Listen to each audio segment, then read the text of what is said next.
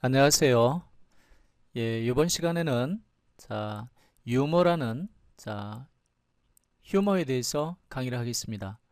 지난 시간에 휴머는 체액이라는 의미를 갖는다고 했습니다. 그러나 스펠링 또 발음은 같지만 뜻이 다른 또 유머라는 의미를 갖고 있는데요. 왜 체액이라는 유머가라는 뜻을 가졌는지는 지난 시간에 제가 설명을 드렸습니다. 기억을 되살리기 위해서 왜 체액을 뜻하는 휴머가 유머라는 의미까지 가지게 됐는지 이에 대해서 한번 살펴보겠습니다. 지난 시간에 제가 인간은 흙에서 나왔다, 흙으로 만들어졌다 이렇게 얘기를 했고요.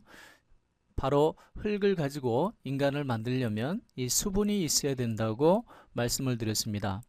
그래서 우리 인간의 몸속에는 70% 이상이 대부분 뭘로 되어 있다고 했죠? 수분으로 되어 있어서 이런 걸 체액이라 하는데 영어로는 body fluid이라고 얘기를 한다고 했고요. 또는 전문 용어로 휴머라고 한다고 이야기를 했습니다. 이렇게 우리 몸이 체액으로 가득 차 있는 우리 인간이 우스운 이야기를 들으면 어떻습니까? 배를 감싸 안고 막 웃기도 하고요. 또는 손바닥을 치면서 웃기도 하고 얼굴을 크게 하면서 큰 웃음을 짓기도 하는 그리고 또 웃다가 보면 배꼽 빠진다고 하면서 떼굴떼굴 굴르기도 하면서 눈물 콧물 다 흘리면서 웃죠. 어떤 아주머니는 오줌까지 싸겠다고 하면서 웃는다고 제가 말씀을 드렸습니다. 겉으로도 이렇게 체액이 많이 나오지만 우리 몸속으로도 어떻습니까?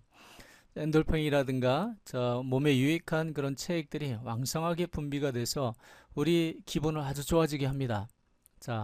우리 몸이 이렇게 70% 이상이 수분으로 되어 있으니 70% 이상이 수분을 먹은 그런 스펀지를 한번 생각을 해 보십시오. 이 스펀지가 우스운 이야기를 들었을 때 사람이 막 몸을 비비꼬고 하는 것처럼 이렇게 흔들면 물이 줄줄 새죠. 그래서 왼쪽에도 보면 우리 인간의 몸속에서 체액들이 많이 이렇게 나오게 됩니다. 그래서 우스운 이야기를 들으니 우리 몸속에 이렇게 체액이 많이 나오니까 체액이라는 휴머라는 그런 단어에 우스운 이야기, 유머, 익살 이런 의미까지 더 갖게 되었다고 말씀을 드렸습니다. 그럼 본론으로 들어가서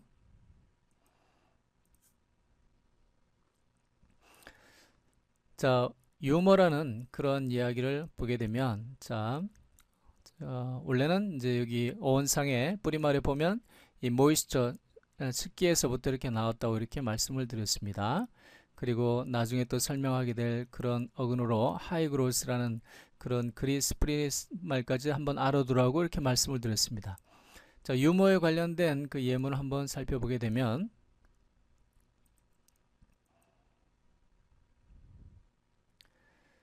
일단 왼쪽에 보니까 유머에 이제 관련 단어들이 있죠. 휴머러스 하니까 재미있는, 유머스러운 또는 휴머리스트 하면 유머 작가 또는 휴머레스크 하면 해학고 이런 걸 이제 의미를 갖습니다. 밑에 이 예문을 보게 되니까 여기 보니까 이제 뭐 여러분들 잘 보입니까? 이 다음 이 화면에서 이렇게 표로서 이렇게 잘 검토해 보도록 그렇게 하겠습니다.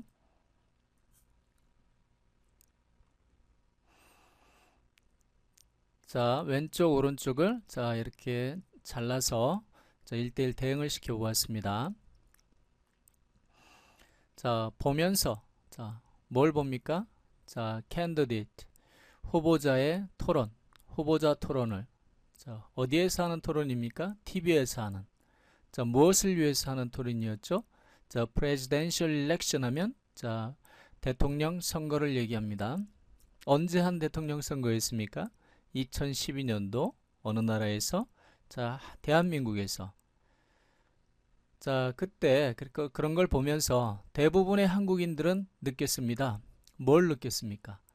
대이하를 느꼈습니다. 그럼 대이하가 뭘까요?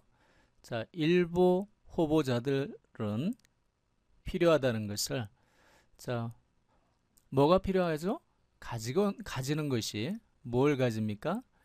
자, 더 많은 유머 감각을. 자, 여러분들 저 지난 대선 때 저 TV 자 후보자 토론을 보면서 어떤 생각을 하셨습니까? 자, 저는 개인적으로 정말로 지금 예문에 나와 있는 이런 것처럼 이런 생각을 많이 했습니다. 자, 여기 어떤 선거의 후보자, 공직의 후보자를 우리가 캔더데이트라고 얘기를 합니다.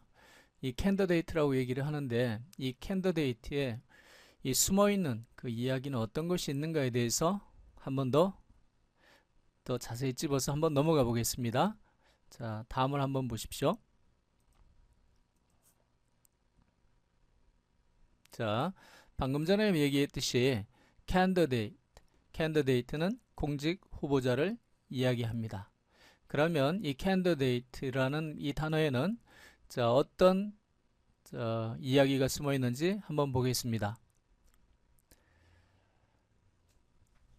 자, 지금 이 옆에 나와 있는 오른쪽에 나와 있는 이런 설명문은 저희가 이 사전에서 그대로 따온 것입니다. 그 사전 출처는 잠시 후에 밝혀드리겠습니다. 자, 이걸 보니까 제일 위에 보니까 여러분들 여기에서 일단 먼저 이 어원들이 뭐 이렇게 여러 가지 저희 유사한 꼴로 이렇게 적혀 있지만 이거에 너무 집착해서 이걸 꼭 알아둬야 된다. 뭐 이렇게 생각하시면 안 됩니다. 그냥 재미있는 이야기를 한번 본다 생각하고 이렇게 쑥 훑어보시면 되겠습니다. 그리고 오늘날의 단어와 옛날의 이 뿌리말 어원이 꼴이 비슷하다. 이런 것만을 이제 여러분들이 생각하시면 되겠습니다. 자, 라틴어에서 캔더데이투스 뭐 이렇게 적혀 있네요.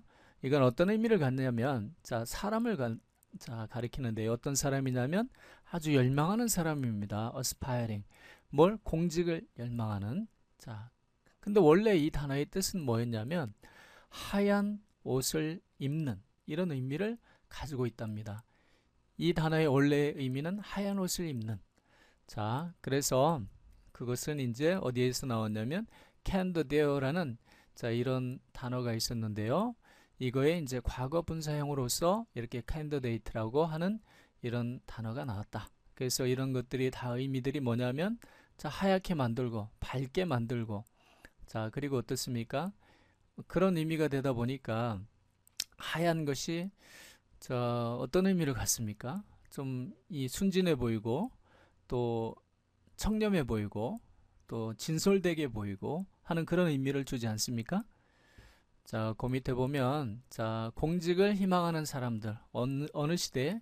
옛날 로마 시대 이런 사람들은 자, 입었습니다. 뭘 입었습니까?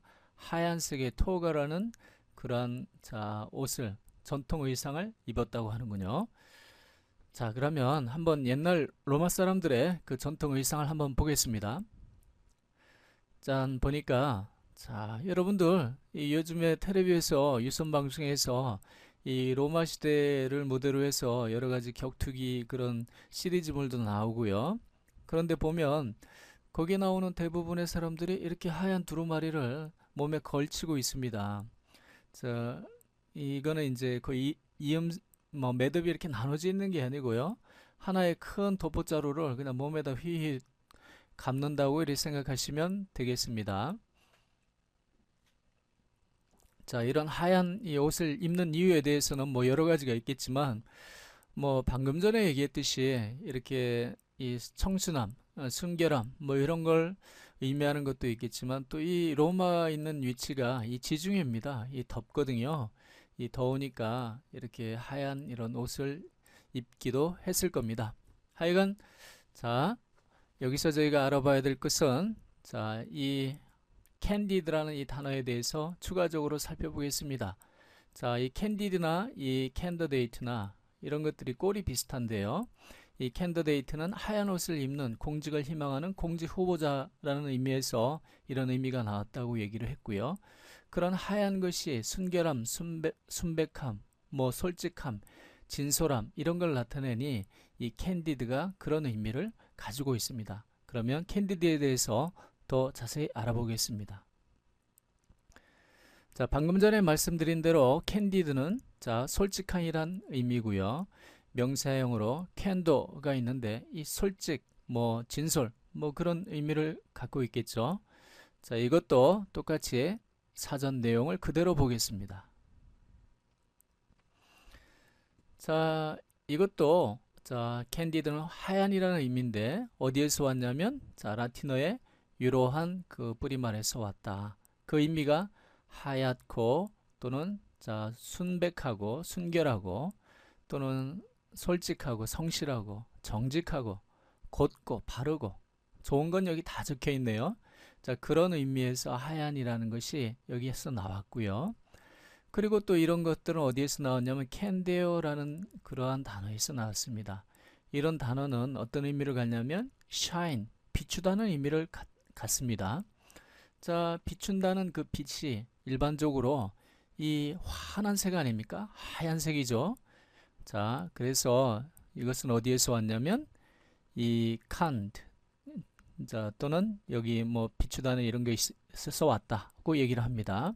그리고 이게 관련된 단어는 캔들이라고 이야기를 합니다. 자, 여러분 캔들 어디서 많이 들어보셨는데 그죠? 캔들이 어떤 의미를 갖습니까?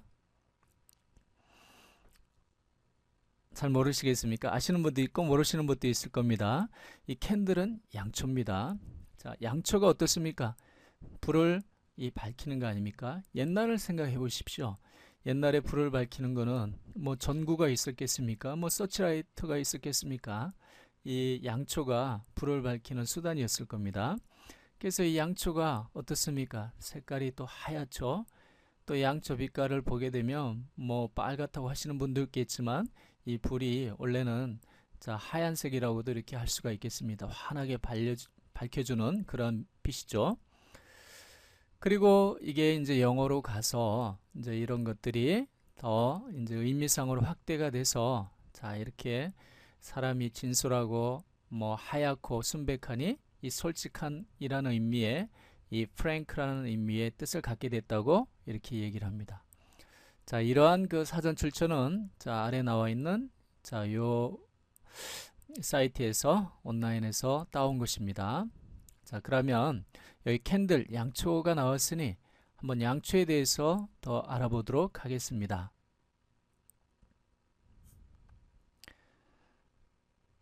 자,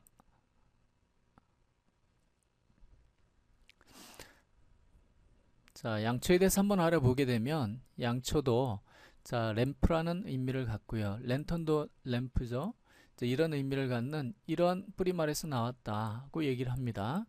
그리고 이거는 자, 라틴어의 칸델라라는 이제 그러한 그 어원에서 나왔는데요. 또 이것도 거의 같은 의미를 가지고 있습니다. 그리고 방금 전에 알아본 캔디어는 이제 비추다는 shine이라는 의미를 갖고요. 그리고 이것이 또 canned, K로 이제 C가 K로 바뀌죠. 이제 그런 것들이 이제 이 자음이 거의 유사한 발음이 나는 것들이 바뀌는 그러한 것들이 많이 있습니다. 자, 그런 걸 같이 여러분들은 이제 싸잡아서 같은 테두리에서 이해를 하시면 되겠습니다. 자, 이것도 마찬가지로 빛을 비춘다는 의미고요. 출처는 같은 사전에서 이렇게 나왔습니다. 자, 우리가 칸델라 하니까 어디서 좀 많이 들어본 것 같죠? 자, 이거 나중에 한번 설명을 하고요. 우선 양초에 대해서 한번 살펴볼까요? 자, 이렇게 양초가 있습니다. 양초가 있는데요. 하얗지 않습니까? 그 다음에 이 솔직하고요. 진솔하고 하는 그런 의미까지 이렇게 연상이 떠오르죠. 그래서 이거 캔디드가 솔직한 이라는 의미를 갖는다 했고요. 그런 양초처럼 하얀 그런 마음, 솔직한 마음을 가지고 있고 그 공직에 뭔가 청렴한 생각을 가지고 있고 그래서 공직을 하려는 공직 후보자가 자, 캔디데이트라고 얘기를 했습니다. 자, 그리고 우리는 양초로 이렇게 비춰서 어떻습니까?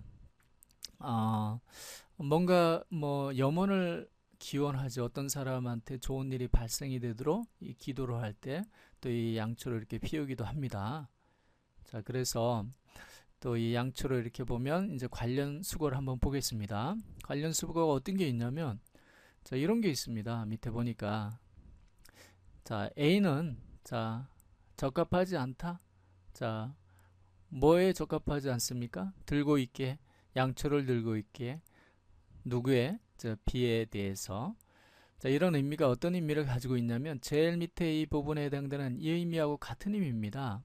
자, 어떤 의미냐면 자, A가 B보다 낮지 않다, 열등하다는 의미를 가지고 있습니다. 또 이것도 같은 의미로 A는 cannot hold the candle to B 하면 B에 대적할 바가 못 된다, B에 적수가 못 된다 하는 그런 의미를 가지고 있습니다. 자, 한번 이걸 더 확장을 해서 한번 이해를 해보면요. 자, 이 밤에 이 촛불이 많이 켜 있을 때는 어떻습니까? 주위를 환하게 이렇게 밝혀줍니다. 근데 여러분, 대낮에 한번 해가 저 중천에 떠 있는 대낮에 그 밖에서 이 촛불을 켜어 놓으면 이 촛불이 켜져 있는지 안 켜져 있는지도 잘 모르겠죠. 자, 이렇게 만약에 태양의 앞에서 누군가가 초를 들고 태양에 필적을 하려고 한다면 뭐 허튼 짓 하는 거겠죠. 자, 이런 것들의 영어 표현도 있는데요. 자, you can't hold the candle to the sun 하면 어떤 의미입니까? 너는 할 수 없다는 거죠. 들고 있을 수가 없다, 양초를. 누구 앞에서? 자, 태양 앞에서. 자, 이런 말이 결국은 어떤 데 쓰냐면 뭐 공자 앞에서 문자 쓴다, 또는 이제 속된 말로 번데기 앞에서 주름 잡는다, 뭐 이런 말.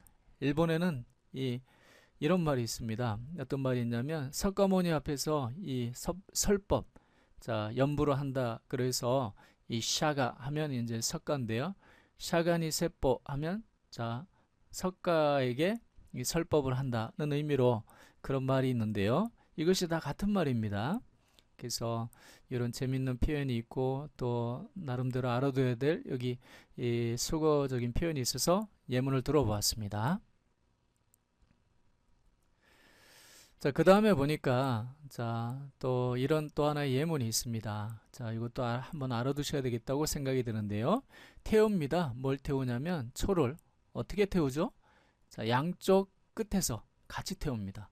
자, 그러니 초가 위에서만 이렇게 타야죠. 밑에까지 이렇게 태우면 얼마나 이게 사람의 비유를 하게 되면 얼마나 이 힘들게 일을 하고 자기 몸을 지치게 하고 막 그러는 거겠습니까? 자, 그런 의미입니다. 한번 보게 되면 여러분 자신을 만들어요. 어떻게 아주 피곤하게 어떻게 해서 뭘 너무 많이 일을 해가지고요. 특히 어떤 식으로 잠자러는 너무 늦게 가고요. 그리고 일어나는 건 또 일찍 일어나면서 그렇게 해서 하루 이틀은 할 수 있습니다. 자, 수험생 여러분들이 지금 뭐 공부하는 거하고 비교하면 비슷할 것 같습니다. 자, 하루 이틀은 그렇게 저녁에 늦게 자고 아침에 일찍 일어나고 그렇게 해서 하루에 뭐 서너 시간만 자고 이렇게 해서 하루 이틀은 할 수 있습니다. 그러나 지금 수능이 약 뭐 지금 4월이니까 한 7개월 정도 남았나요? 그러니까 7개월 남았다고 보고 그 7개월 동안 공부를 할 때는 과연 어떻게 해야 될까? 하루에요, 최소 한 7시간 정도는 충분히 주무시고요. 그 다음에 여유 있게 그런 가운데에서 너무 산만하지 않게 이제 범위를 잘 정해서 꾸준히 공부를 하시는 그것이 제일로 좋은 방법입니다. 자, 그 다음을 더 한번 알아보겠습니다. 자, 방금 전에 칸델라 했는데 바로 이것이 광도의 측정 단위 칸델라가 있습니다. 여러분들 그 들어보셨습니까? 자, 아마 물리 시간이라든가 이런 시간에 이 칸델라에서 약자로는 이제 CD 이렇게 쓰는데요. 이걸 잘 보셨을 겁니다. 자, 이에 대해서 한번 더 알아보겠습니다. 자, 칸델라 보니까 방금 전에 제가 말씀드린 대로 luminous intensity 하면 luminous는 똑같이 비추는 걸 얘기합니다. 비추는 정도, 이 광도의 단위다라는 의미로써요. 이 캔들라는 이 캔들, 양초에서 왔다라고 얘기를 해서 양초에서 한번 보면 같은 의미를 가질 수 있다. 자, 비슷하게 생겼죠. 캔들이나 캔델레나 또는 뭐 캔디드나 또는 캔디데이트 뭐 비슷하게 이렇게 생겼습니다. 자, 그래서 이 캔델라에서 또 어떤 단어를 또 우리가 생각을 해볼 수가 있냐면요. 여러분들 백열등 보셨습니까? 백열등? 백열등이란 이 전구가 있는데요. 자, 한번 보겠습니다. 이렇게 생겼습니다. 자, 많이 보셨죠? 자, 백열등. 그래서 영어로는 incandescent lamp라고 얘기를 합니다. 그때 incandescent lamp 할 때 이 candescent이 자, 마찬가지 이 비추다, 뭐 하얗다 이런 의미를 가지고 있습니다. 자, 여기 이제 내용을 보게 되니까 incandescent 이제 여기 보면 이 뿌리말이 있죠? 이 뿌리말을 보면 자, 되는 거죠. 따뜻하고 또는 이 불을 이렇게 타오르게 하고 킨들 불을 붙이는 겁니다. 자, 여러분들은 여기서 킨들에 대해서 잘 알아두세요. 자, 킨들에 대해서도 바로 이어서 알아보겠습니다. 이걸 더 분석을 해보면 이는 뭐뭐 아니라는 의미고요.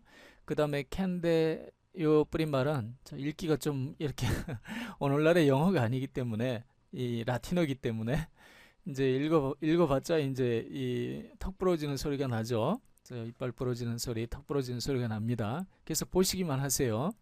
그래서 이런 뿌린말은 또 이 하얗게 된다는 의미입니다. 자, 이 저기 전구다마를 켜게 되면 어떻습니까? 불빛이 좀 하얀 그런 의미, 그렇게 이제 밝게 비추는 거죠. 빨갛게 비추는 게 아니고. 그래서 이 흰백자, 백열등이다. 또 열도 나니까. 그래서 백열등이라고 얘기를 하고요. 그리고 이거는 마찬가지 캔들하고 관련이 있다. 출처는 또 여기 적어놨습니다. 백열등이 나왔으니까 우리 같은 단어에 대해서 한번 더 알아보겠습니다. 같은 단어가 아니라 관련된 단어죠. 여기 보니까 여러분들 샹들리에 하는 그런 거 이제 여러분들 이제 보셨죠? 그 다음에 여기 또니까 플로레센 램프에서 형광등이라는 거, 여기 이제 왼쪽에 이렇게 긴 이것이 형광등입니다. 자, 플로레센 램프라고 하고요. 방금 전에 샹들리에 우리나라 말 챈들리에는 자 이렇게 천장에 호텔 같은데 큰 이제 고급 저택 같은데 이 응접실 천장에 이 불이 여러 개 달려 있는, 지금 이거는 작은 규모인데요. 이거의 수십 배 큰 규모로 아주 휘황찬란하게 이렇게 달려 있는 그 샹들리에를 생각해 보십시오. 그리고 자, 요거는 이제 초크 전구를 얘기하는데요. 초크 전구는 바로 이제 형광등에 지금은 크게 제가 이렇게 잘 안 보이기 때문에 이렇게 크게 이렇게 확대를 했습니다만, 원래 형광등 옆에 이 중간 정도에 이 작게 이제 붙어서 먼저 여기에 불이 들어와야지 형광등에 불이 들어오는, 예전에는 이제 그런 시스템으로 자, 이 형광등 전구 장치가 이루어져 있었습니다. 그때 이제 우리는 초크 전구라고 얘기를 하는데요. 영어로는 이제 일반적으로 램프 스타터라고 얘기를 합니다. 자, 이렇게 우리 전구에 대해서 한번 이렇게 알아봤습니다. 네, 전구 얘기하니까 이 백열등 있잖아요. 이 백열등이 이제 우리는 전구라고 하지 않습니까? 근데 중국이 아니라 북한에서는요, 이 한자말이라든가 영어의 말을 잘 안 씁니다. 우리말을 쓰는데요. 이제 이게 이 전자는 전기전자지만 이 사람들은 불이라고 이렇게 얘기를 하고요. 동그랗게 알처럼 생겼으니 이 전구를 불알이라고 얘기를 한답니다. 제가 확인은 확실하게 안 했는데요. 그거 맞는 것 같습니다. 여러분도 한번 확인해 보세요. 그리고 이제 우스운 이야기로, 그러니 형광등은 자, 이 기니까 자, 길지 않습니까? 그 형광등은 긴 불알이라고 얘기를 한답니다. 그럼 이제 두 가지가 이제 남았는데요. 이 샹들리에하고 이 초크 전구는 과연 뭐라고 할까요? 자, 이거는 뭐 엄청나게 많으니까, 엄청나게 많다 할 때 때를 지어 다닌다 이렇게 얘기를 하지 않습니까? 그래서 여기에는 이제 때가 붙는답니다. 때. 그 다음에 이거는 이제 형광등의 C압과 같은 전구이기 때문에 그 앞에 이제 C가 붙는다고 하네요. 참 재미있죠? 방금 전에 이제 제가 킨들에 대해서 한번 더 알아보라 했는데, 이제 킨들에 대해서 알아본다고 했는데요. 그럼 킨들에 대해서 한번 더 진행을 해 나가 보겠습니다. 자, 킨들 보니까 자, 제가 방금 전에 말씀을 드렸죠. 자, 이 C도 여기서는 키역 K 발음이고요. 그러니 이 C가 K로 이렇게 서로 변환이 돼서 하는 것들은 전혀 영어에서는 이상하지가 않다. 그래서 영어 단어를 외울 때 같이 그렇게 서로 이 저기 패밀리를 만들어서 외우는 것이 알아보는 것이 좋다 이렇게 얘기를 했습니다. 자, 이 캔들은 오늘날의 영어에서 살아있는데요. 자, 어떻게 살아있느냐? 자, 이 불을 붙인다는 의미입니다. 캔들. 자, 캔들이 양초고요. 저 비추다는 그런 이 캔델라라든가 이런 것들이 꼴이 비슷하죠. 자, 그 예문들을 이렇게 보게 되면 이제 이것은 어디에서 왔냐면 자, 킨다에서 왔다고 하고요. 그 다음에 이것이 불을 붙인다는 그런 의미를 갖는데 또 추에는 그 뿌리까지는 뭐 이 기원을 잘 모르겠다고 이렇게 얘기하시는 분도 있습니다. 근데 한번 여러분들은 어원 공부를 하면요. 자, 이 여러분들의 상상력을 많이 발휘할 필요가 있습니다. 저는 하루의 대부분을 영영사전, 이 웹스터 영영사전을 보고요. 그 보고 사전 속에 숨어 있는 그런 이야기들을 생각하는 것에 많은 시간을 보냅니다. 자, 그건 저의 즐거운 취미인데요. 그러면서 저희 영어라든가 또는 우리나라 말이라든가 기타 뭐 중국어라든가 일본어 다른 나라 언어들과의 상호 관계라든가 이런 것들을 혼자서 많은 생각을 하게 됩니다. 자, 그러면서 이제 어떤 그 서로 관련된 유대 관계가 없는가를 이제 생각을 많이 해보는데요. 여러분도 우리말에도 자, 불을 켜다, 켠다, 뭐 킨다, 뭐 그런 의미로 한번 생각을 해보면요.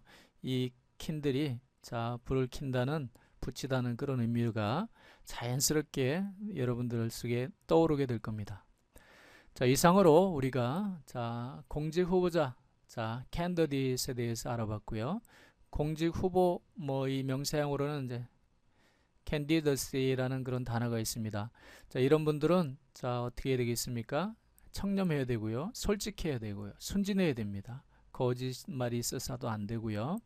그리고 공직을 임해서도 어떻습니까? 자기의 본연의 그런 자세를 가지고 이 성실하게 자, 국민한테 자, 이 그 아주 청렴한 그런 자세로 자, 공직에 임해야 됩니다. 자, 그럴 자세가 되어 있지 않다면 공직 자체에 출마를 안 하면 됩니다. 자, 그래서 그 이 캔디데이트라는 그 영어 단어 자체도 자, 하얀 옷을 입는 그런 데서 이 출발이 됐다고 얘기를 했고요. 그래서 거기에서 나오는 이 candid 이게 솔직한이라는 의미를 갖게 된다.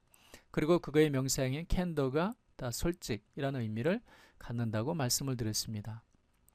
근데 이 캔디드 이런 것들이 자, 불을 비추는 그런 거하고도 관련이 있어서 양초인 캔들 이 양초라는 의미를 갖고요. 그래서 이런 모든 것들이 꼴이 다 비슷하죠.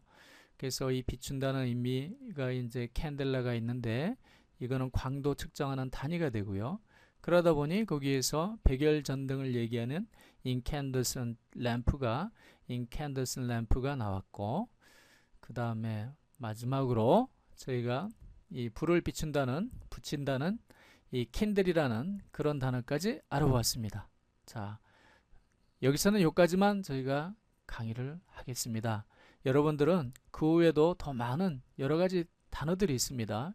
예를 들면 동기부여한다는 인센티브도 거기에 들어있는 이 센트가 관련이 있는 단어입니다.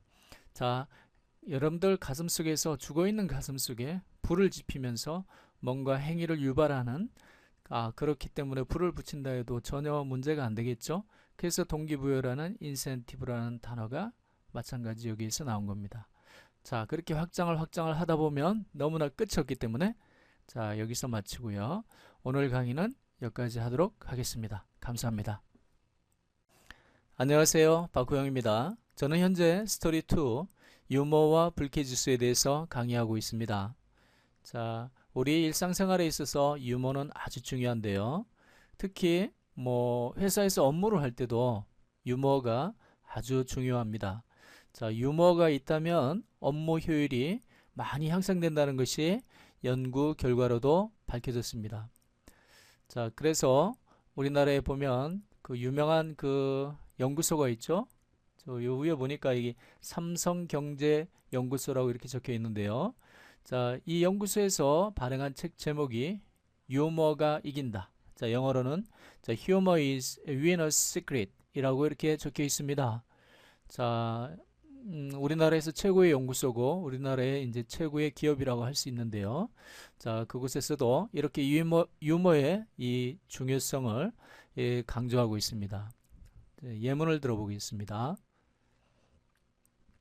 자, 예문이 이렇게 쭉 나와 있는데요. 자, 이 내용을 한번 살펴보도록 하겠습니다.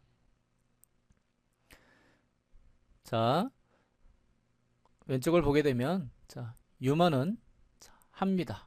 역할을 합니다. 어떤 중대한 역할을. 자, 어디에서 중대한 역할을 하냐면 만드는 데서. 자, 뭘 만듭니까? 자, 사람을 웃게. 자, 어떠한 상황에서 그렇게 웃게 만드나요? 심지어 자, 심각한 상황에서도. 그래서 유머스러운 이야기, 유머 있는 이야기는 자, 마련합니다. 뭘 마련하나요? 무대를 마련합니다. 자, 무엇을 위한 무대입니까? 자, 어드레싱하기 위한 무대라고 했습니다. 뭘 어드레싱 하냐면 심각한 문제를. 자, 여기서 어드레스는 다루다는 뜻을 가지고 있습니다. 자, 원래는 우리가 주소라는 의미를 어드레스를 알고 있는데요. 동사로서 다루다 이런 의미를 가지고 있는데요. 왜 그런지를 저희가 잠시 후에 살펴보도록 하겠습니다. 사람은 할 수 없다. 뭘 할 수 없다는 거죠? 진정으로 웃고 그리고 여전히 자, 가지고 있는 것을. 자, 웃으면 그만이지. 자, 그리고 여전히 자, 떨쳐버리지 못하고 갖고 있는 건 할 수 없다는 뜻입니다. 무엇을? 자, 노여움이나 적대감을. 자, 이해되셨습니까? 자, 그러면 방금 전에 제가 말씀드렸듯이 자, 여러 가지 단어 중에 여기서는 한 가지 단어를 선택을 해서 자, 그 단어가 어드레스입니다.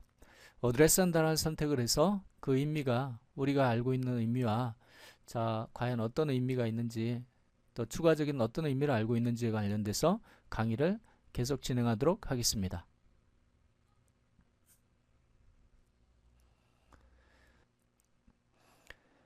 자, 어드레스가 나왔습니다.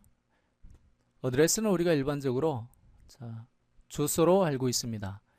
이 주소는 우리가 말하는 주소는 이 주자가 이 거주하다 할 때 주자, 선원 장소 적자니 우리가 사는 장소, 거주하는 장소를 얘기하는 거죠. 영어로 얘기하면 이거는 순 residence에 합당하는 그러한 의미입니다.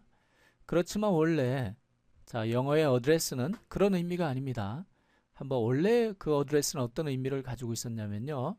자, 이 설명하는 겁니다. 설명. 뭘 설명하냐면 자, 위치를 설명하는 겁니다. 어떤 위치? 사람이나 어떤 단체, 조직체의 위치를 선택을 하는 겁니다. 그래서 어떤 식으로 써 있냐면 편지 위에 써 있는데요. 자, 왜 써 있냐면 자, 방향, 어떤 지침을 방향을 나타내기 위해서 어떤 방향? 자, 그 전달되기 위한 지침을 나타내기 위해서 장소를 나타내기 위해서 방향을 나타내기 위해서 자, 그렇게 이렇게 쓰여졌다는 그런 얘기입니다. 그래서 주소가 이제 뭐 결과적으로 보면 같은 의미인 것 같지만 자, 우리가 생각하는 이 거주하는 그런 장소가 아니고요. 원래 그 어드레스의 한 의미는 자, 편지가 제대로 전달되는 인도되는 그러한 장소 이런 의미를 가지고 있답니다. 자, 그런데 그런 주소가 어떤 의미를 가지고 있었습니까? 방금 전에 처리하다, 다루다 라는 의미를 가지게 되었습니다. 자, 그러면 어째서 이 주소라는 의미 또는 우편물이 전달돼야 되는 그러한 그 위치 이런 걸 나타내는 그런 의미인 어드레스가 왜 과연 처리하다라 또는 다루다라는 그런 의미를 가지게 되었는지 궁금하지 않으십니까? 자, 그러면 이 어드레스에 대해서 어드레스는 과연 어떠한 어원적 유대관계, 어원적 그 복합 스토리를 가지고 있는지에 대해서 알아보도록 하겠습니다. 자, 드디어 어드레스가 다시 한번 또 나왔는데요.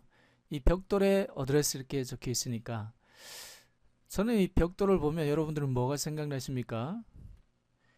저는 이 격파 정면이 떠오릅니다. 저 태권도의 종주국인 나라 이 제가 대한민국에서 살아서 그런지 이 격파 자 여러분들 이 손으로 탁 자 이 벽돌을 격파하는 그런 장면 한번 떠올려 보십시오. 뭐 여러분 이 벽돌 한번 격파를 한번 해보겠습니다. 자, 격파를 해보니까 야, 앞에 AD하고 뒤에 dress하고 이렇게 딱 쪼개졌는데요. 이 AD는 자 prefix로서 이제 prefix로서 접두사를 나타내고요. 이제 dress는 이제 여기서 이 root를 나타내는 자, 뿌리말을 나타내는 그런 의미입니다. 어떤 의미 있는지 한번 볼까요? 자, 우리가 살펴봤듯이 AD는 to 뭐뭐에게 이런 의미를 가지고 있고요. 이 dress는 이 direct 이런 의미, 또 straighten 이런 의미를 가지고 있는데요. 자, 여기서 이 direct는 어떤 의미냐면 이 지시하다, 바르게 고치다, 뭐 이런 의미를 가지고 있습니다. 그래서 straighten up 이런 뜻을 가지고 있죠. 그래서 이런 자, 뿌리말적인 어원적인 그런 구조로 되어 있는데요. 그래서 여기서 나오는 어드레스의 그 의미가 여러 가지가 있는데요. 살펴보도록 하겠습니다. 자, 어원 분석을 해보면 자, 이 direct to 이런 의미가 결국은 어드레스의 의미 아닙니까? 그래서 결국은 뭐뭐에게로 올바르게 전달하다 하는 의미를 가지고 있습니다. 그 어원적 뿌리 내용이. 그렇기 때문에 어드레스가 address to 자, address to 뭐 예를 들면 이 편지는 자, 탐에게 전달되어야 한다. 말하기 이걸 영어로 얘기한다면 this mail should be addressed to Tom 이렇게 쓸 수 있을 겁니다.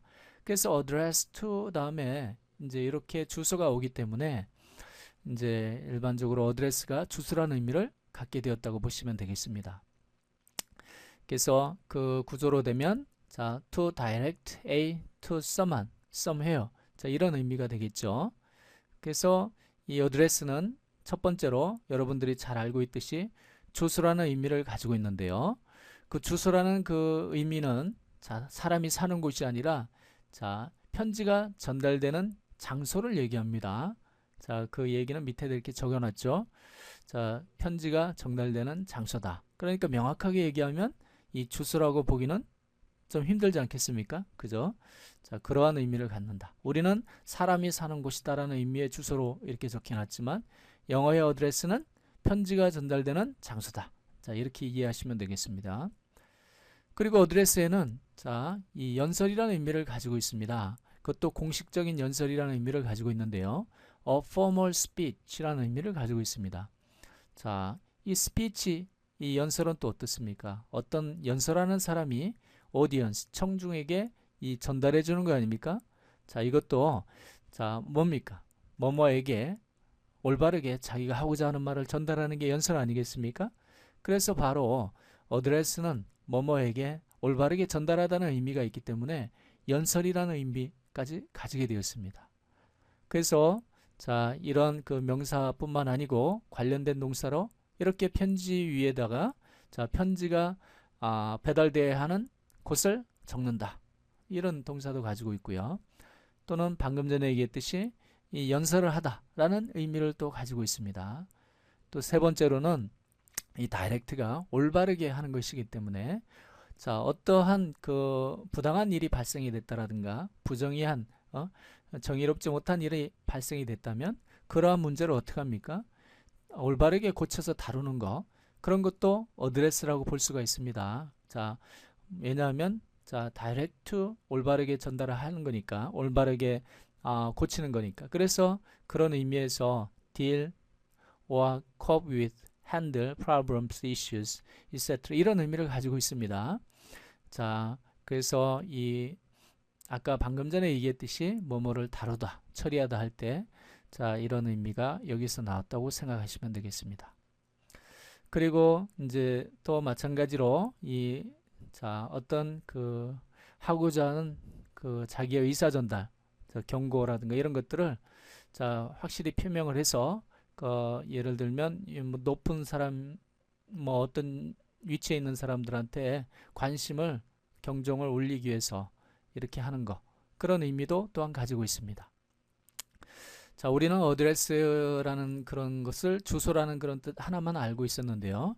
자, 이 어드레스라는 것을 자, 뿌리말 또는 어원적 그 관계를 잘 분석을 해보니 거기에서 연설 또는 연설하다 또는 주소를 적다 또는 어떤 어려운 일이라든가 심각한 일을 올바르게 잘 다루다. 자, 이런 의미를 갖는 그러한 것까지 잘 알게 되었습니다. 이거는 어드레스에 있어서 가장 중요합니다. 어드레스에서 주소라는 것은 일반적으로 그냥 쓰는 거고요. 연설이라는 말 아주 많이 쓰입니다. 연설하다는 말도 아주 많이 쓰이고요. 그 다음에 이렇게 어려운 일을 다루고 올바르게 처리하다라는 그런 의미도 아주 많이 나옵니다. 그래서 여러분들은 꼭 이 자리를 빌어서 이 의미를 잘 알아두시기 바라겠습니다. 자, 그러면 우리가 이제 어드레스에 대해서 이렇게 배웠는데요. 자, 어드레스를 방금 전에 격파를 해보니까 이렇게 이제 AD하고 드레스하고 이렇게 나눠져 있었습니다. 자, 그러면 여기 뿌리말 우리가 알아본 이 드레스가 있었는데요. 이 드레스는 올바르게 이제 고치다, 올바르게 하다, 또는 이제 올바른 장소로 가도록 지시하다, 뭐 이런 의미가 있다고 했습니다. 이 드레스를 이용해서 우리가 더 알아볼 수 있는 단어를 찾아보도록 하겠습니다. 자, 이 드레스는 여러분들이 한번 딱 생각을 해봐도 이 드레스는 이 여성들의 옷, 이 드레스 아닙니까? 이 정장. 자, 정장이라는 것이 어떨까요? 드레스가. 이 정장이라는 것이 이 제대로 바로 입어야 되는 거 아닙니까? 자, 아무렇게나 막 입는 게 아닙니다. 집에서 그냥 잠자다가 또는 설거지하다가 그냥 입던 옷을 입고 어디에 밖에 공식 행사에 이렇게 나가는 것이 아니고요. 올바르게 차려입되 그 차려입는 그 방법도 이 정장 같은 여성 옷들은 이 좀 까다로운 게 있죠. 그걸 바르게 제대로 입는 거. 그래서 그 다이렉트, 스트레이튼 그런 것들이 포함이 되어 있는 그러한 옷이라고 보시면 됩니다. 그냥 옷이 아니라 정장, 바르게 입어야 되는 그런 옷이다 라고 생각하시면 이 드레스라는 말이 여기 어드레스 A 드레스에서 오는 그 관련을 여러분들은 이해를 하실 수 있을 것입니다. 그리고 또 마찬가지, 자, 상처가 났다면 상처를 바르게 만드는 것이 상처를 치료하는 것 아니겠습니까? 그리고 또 우리가 음식 재료를 다루다, 또 어떤 뭐 재료 같은 것들을 다루는 게 있는데, 다듬는 것이 있는데, 마찬가지 음식을 제대로 하려면 여러분들 떡잎 떼내야죠, 뭐 흙 털어내야죠, 뿌리 같은 거 다듬어야죠, 말라 비틀어진 거 칼로 떼내야죠, 자, 껍질 같은 거 깎아야죠. 자, 이런 것들이 어떻습니까? 음식을 만들기 위해서 음식 재료를 제대로 바르게 만들어 놓는 것이죠. 자, 그런 의미를 가지고 있습니다. 그래서 이 음식 같은 데도 보면 이제 또 음식에도 이렇게 뭘 입힙니까? 드레싱을 입힌다고 하죠. 저 위에다가 이렇게 쫙 끼얹는다고 이제 생각하시면 되고요. 저 상처 이 가재 같은 거 할 때 또 드레싱 한다라는 그런 의미도 또 있어요. 자, 그래서 이런 의미가 나왔다. 그리고 또 그것이 자, 음식 위에다 이렇게 또 끼얹는 것들을 보면 또 어떻게 보면 또 장식하는 것 같습니다. 그래서 장식하다, 꾸미다 하는 의미가 또 가지게 되었습니다. 자, 그리고 이 드레스가 이제 옷을 입다니, 자, undress 하면 옷을 벗다. 자, 이렇게 의미를 당연히 가질 수 있겠죠. 그리고 마지막으로 이 하나 아주 중요한 단어가 있습니다. 여러분들이 많이 쓰는 단어가 있는데요. 자, redress라는 단어가 있습니다. 이게 배상, 바로잡다 이런 의미를 가지고 있습니다. 자, 여러분들 딱 보니까 re는 우리가 전에도 한 번씩 이제 살펴본 것이 있습니다. 뒤로 이런 의미도 있고요. 또는 다시 이런 의미도 있습니다. 여기서는 다시 뭐 이런 뜻 아닐까요? 한번 원적 관계로 보겠습니다. 자, 위에 보니까 자, re는 again 다시라는 의미입니다. 그리고 아까도 얘기했지만 이 드레스 속에는 올바르게 제대로 고치는 걸 얘기합니다. 제대로 정렬해 놓는 거, 제대로 만들어 놓는 거. 그러니까 다시 제대로 만들어 놓는 겁니까? 자, 자기가 어떤 부당한 일을 당했거나 부당한 일이 발생이 됐다면 그것을 다시 제대로 만들어 놓는 거죠. 그래서 원상복구가 불가능한 경우에는 이렇게 배상을 해주어서 그 부당함을 시정을 하고요. 또는 원상복구가 가능하다면 바로 잡는 걸 얘기합니다. 그래서 redress라는 단어는 아주 중요합니다. 여러분들 수능에도 충분히 나올 수 있는 그러한 자, 이 상위 단어에 해당이 되겠습니다. 자, 그래서 그 내용들을 더 보게 되면 우리가 일반적으로 하는 compensation이 보상이라는 의미죠. 그래서 이 compensation이라는 말 또는 자, repair가 이제 수리하다는 말이 있는데요.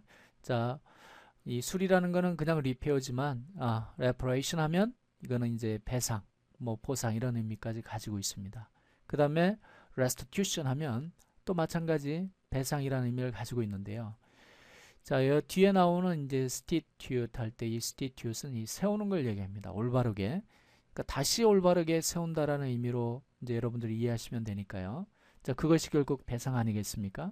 자, 이거에 관련돼서는 다음에 언제 강의가 있을 때 더 자세히 설명을 할 겁니다.